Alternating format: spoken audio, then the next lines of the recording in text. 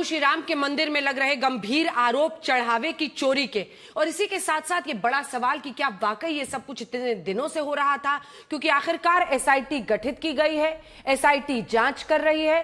लेकिन आज सवाल बहुत सारे लोग इससे जुड़े हुए उठा रहे हैं, लेकिन सबसे बड़ा और सबसे पहले आप कह सकते हैं ये मुद्दा उठाने वाले में से एक पवन पांडे जी इस वक्त हमारे साथ समाजवादी पार्टी के जुड़ रहे हैं।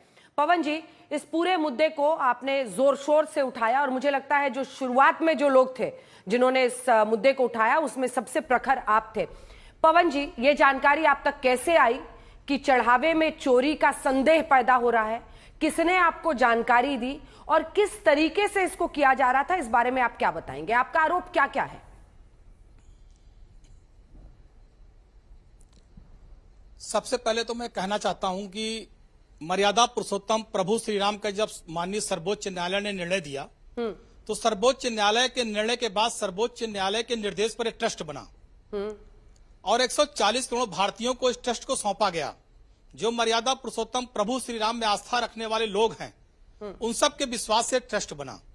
लेकिन 2021 से लगातार कभी जमीन का घोटाला, 2 करोड़ की जमीन 20 करोड़ों में, नजूल की ढेर सारी जमीनें, जिन जमीनों की कीमत 1 करोड़ 2 करोड़, उन जमीनों को लिया गया 40 करोड़ 50 करोड़ में।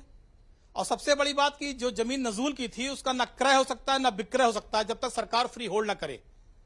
तो इस तरह का काम ट्रस्ट द्वारा किया गया, एक तरह से रुपए की बंडर बाट की गई।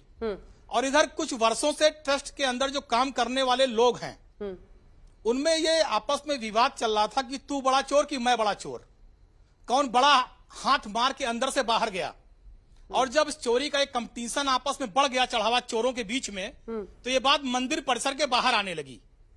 और सबसे बड़ा दुर्भाग्य यह है कि जो गणना के प्रभारी थे महिपाल सिंह, उन्होंने ऑन रिकॉर्ड इस बात को बोला कि जो बक्से जाते थे रुपए गिनकर बैंक, लिखा पढ़ी में रहता था 15 लाख, बक्से के अंदर रहता था 25 लाख, बक्से में लिखा पढ़ी में रहता था 20 लाख, बक्से में रहता था 35 लाख।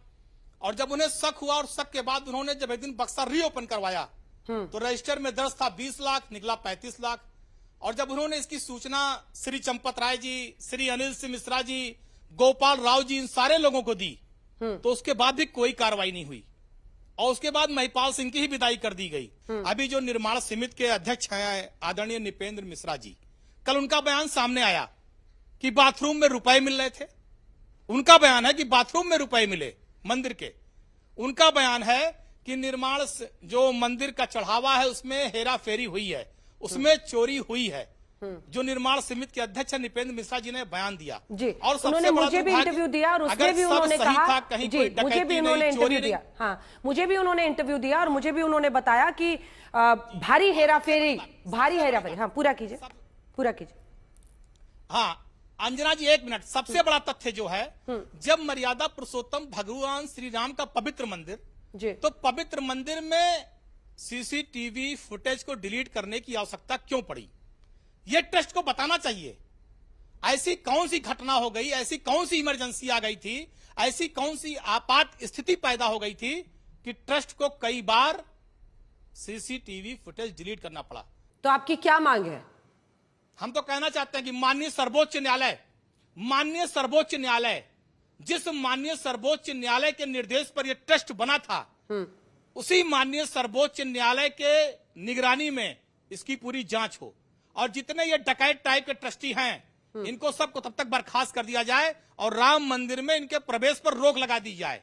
कोई मंदिर के अंदर नहीं जाएगा जब माननीय सर्वोच्च न्यायालय की निगरानी में दूध का दूध पानी का पानी हो जाए, सारी डकैती चोरी भ्रष्टाचार सब खुल जाए और सब कुछ पूरा होने के बाद तब नए तरीके ट्रस्ट बने। और अगर ये गलत नहीं है तो इनको ट्रस्ट में स्थान दिया जाए, और अगर ये गलत है, साबित होंगे इनके संरक्षण में सारा काम हुआ है, तो इन पर मुकदमा लिख के इनको जेल भेज दिया जाए।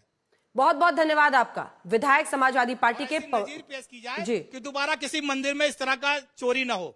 जी, बहुत धन्यवाद।